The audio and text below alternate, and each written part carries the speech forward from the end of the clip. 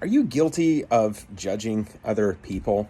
I know a lot of people don't want to say that, hey, I don't judge other people. It's even in the Bible that the Bible says don't judge. In fact, Jesus actually said, do not judge. It's in Matthew chapter 7, verse 1. And I'm continuing my series I've been doing on the Sermon on the Mount. If we made it to chapter 7, in verse 1, Jesus says, do not judge. But then there's a second part of that sentence. It's not period right there. He says, do not judge, or you will be judged. And it says, what we judge other people, we will be judged by the same measuring same measuring stick. And so what we need to do is that if we think that we're judging someone, we need to ask ourselves the same question.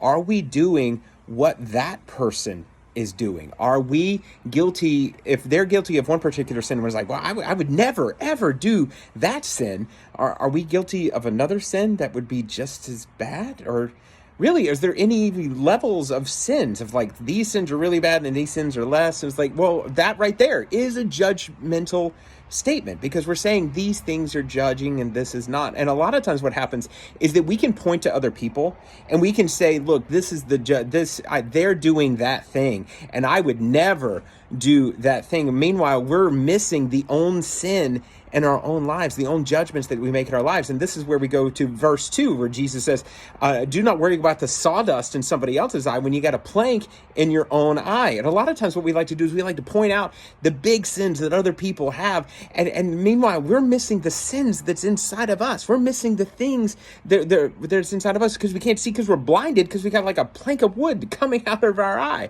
And so what we need to do is we need to say, okay, I'm going to take care of my stuff.